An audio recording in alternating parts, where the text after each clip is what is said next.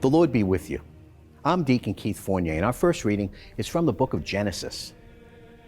Jacob left Beersheba and set out for Haran. When he had reached a certain place, he stopped there for the night, since the sun had set.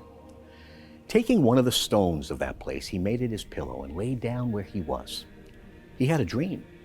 There was a ladder planted on the ground with its top reaching to heaven, and God's angels were going up and down on it. And there was Yahweh standing beside him and saying, I, Yahweh, am the God of Abraham your father and the God of Isaac. The ground on which you are lying I shall give to you and your descendants. Your descendants will be as plentiful as the dust on the ground. You will spread out to west and east, to north and south. And all clans on earth will bless themselves by you and your descendants. Be sure I am with you. I shall keep you safe wherever you go and bring you back to this country, for I shall never desert you until I have done what I have promised you. Then Jacob awoke from his sleep and said, Truly, Yahweh is in this place, and I did not know. He was afraid and said, How awe-inspiring this place is. This is nothing less than the abode of God, and this is the gate of heaven. Early next morning, Jacob took the stone he had used for his pillow and set it up as a pillar, pouring oil over the top of it. He named the place Bethel. But before that, the town had been called Luz. Jacob then made this vow, If God remains with me and keeps me safe on this journey I'm making, if he gives me food to eat and clothes to wear, and if I come home safe to my father's home, then Yahweh shall be my God.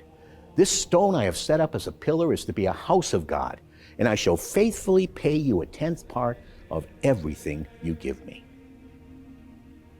And our response is from Psalm 91.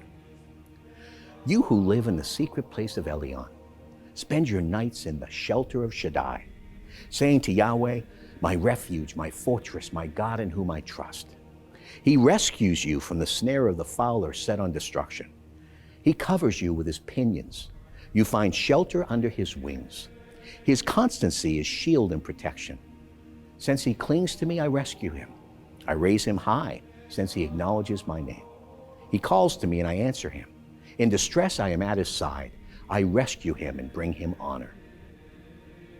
A reading from the Holy Gospel according to St. Matthew. While Jesus was speaking to them, suddenly one of the officials came up who bowed low in front of him and said, My daughter has just died, but come and lay your hand on her and her life will be saved. Jesus rose and with his disciples followed him. Then suddenly from behind came a woman who had been suffering from a hemorrhage for 12 years, and she touched the fringe of his cloak, for she was thinking, if only I can touch his cloak, I shall be saved. Jesus turned round and saw her, and he said to her, Courage, my daughter, your faith has saved you. And from that moment, the woman was saved. When Jesus reached the official's house and saw the flute players with the crowd making a commotion, he said, Get out of here. The little girl's not dead, she is asleep. And they ridiculed him. But when the people had been turned out, he went inside, took her by the hand, and she stood up. And the news of this spread all round the countryside. The Gospel of the Lord.